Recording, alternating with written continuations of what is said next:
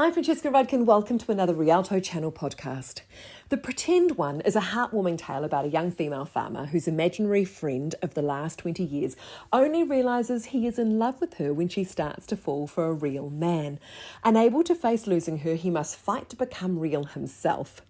The Pretend One is screening on Rialto channel on Friday, May 15th, and it stars New Zealand actor Michael Whalley as this imaginary friend Hugo. And Michael joins me now. Michael, thanks so much for joining us. No problem. It's great to be here. Thanks for having me. Now, tell me, where are you based at the moment? Where have you been dealing with COVID-19?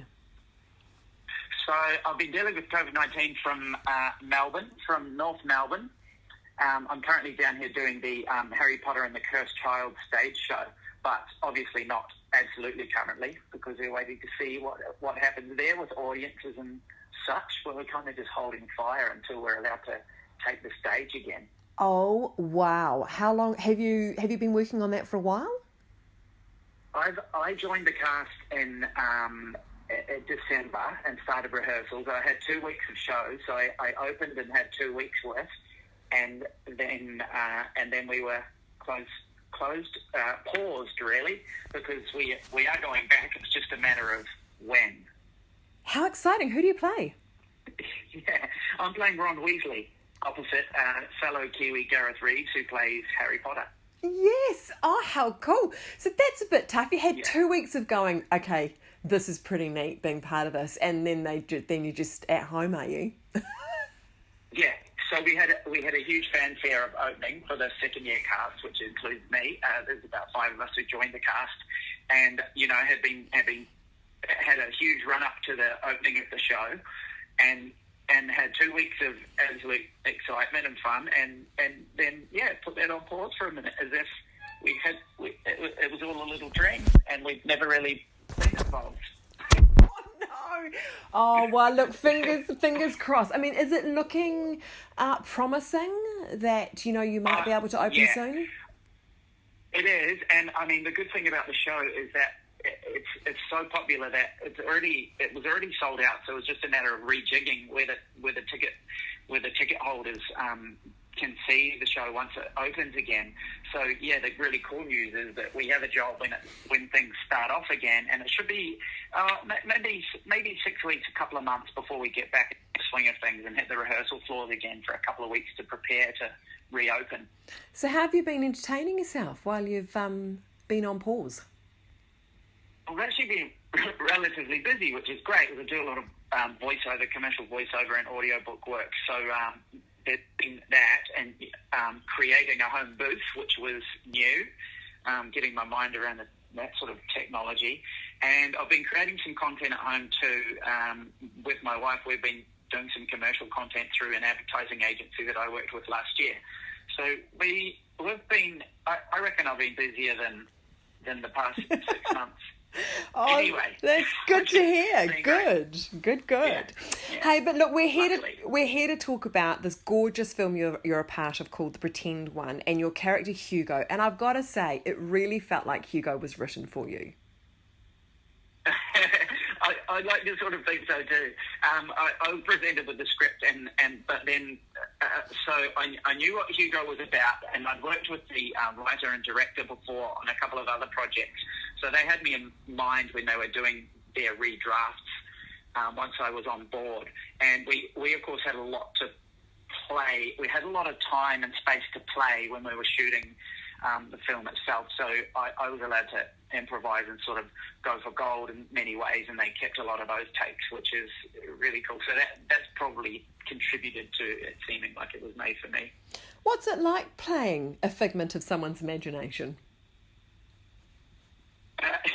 It was really fun to be the figment of someone's imagination, because I mean, on set and just in terms of playing the role, I was allowed to sort of have free rein in the takes and because I was invisible, that didn't matter for me. And the other actors felt sorry for them in a way, sort of sorry, not sorry at the time, with them having to pretend that I was invisible and they couldn't see what I was doing at all.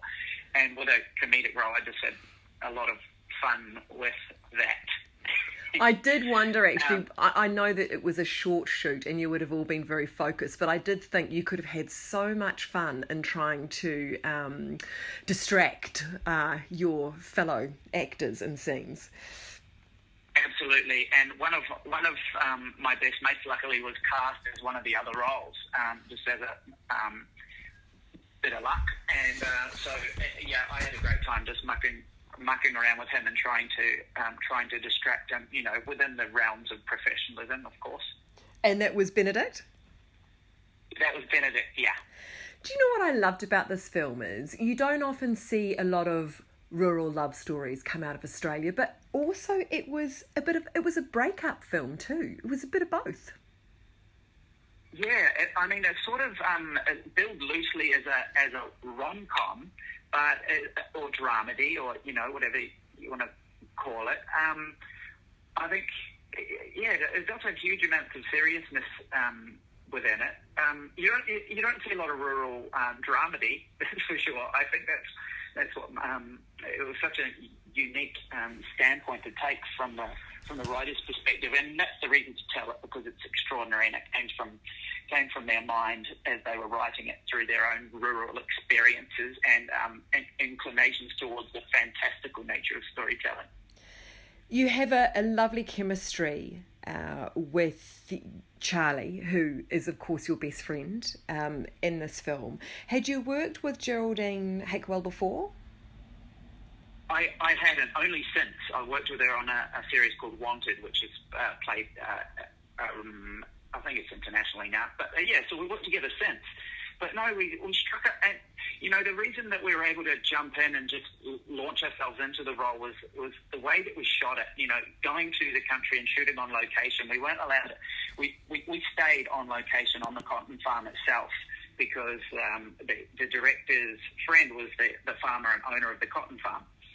So we stayed there. So it was real full immersion filmmaking. At the end of each day, we sat around a bonfire, because there was nothing else to do. There was no internet, and talked about the shoot that we'd done that day and what was coming up for the next day. So we were just able to launch and just have the story be our world for sort of 3 weeks.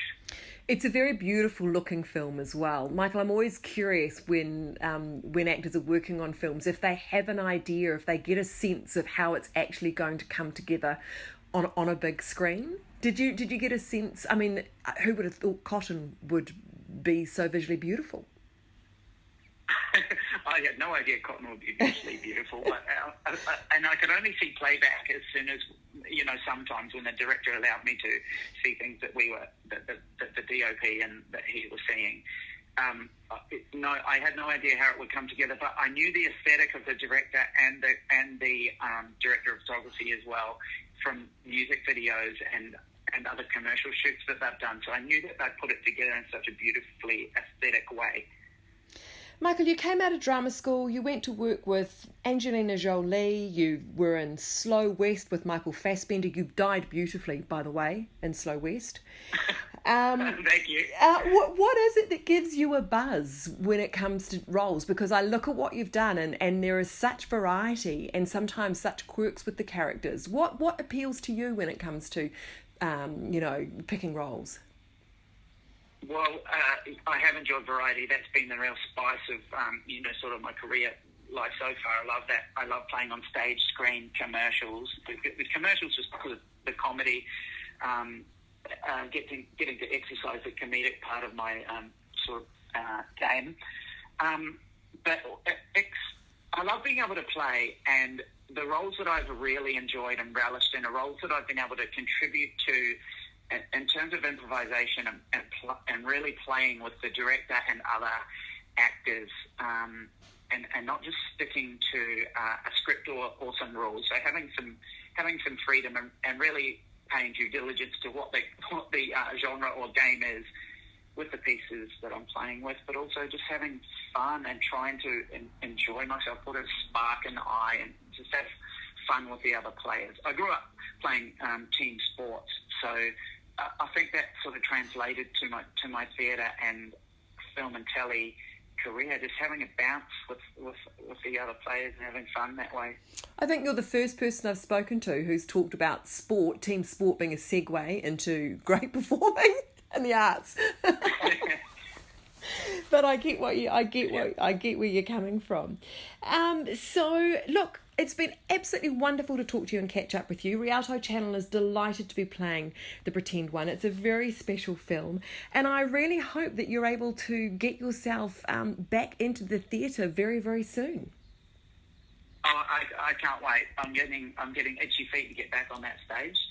And thanks so much to Rialto for playing the film. It's a really cool one that I hold dear to my heart. So I hope everybody enjoys it.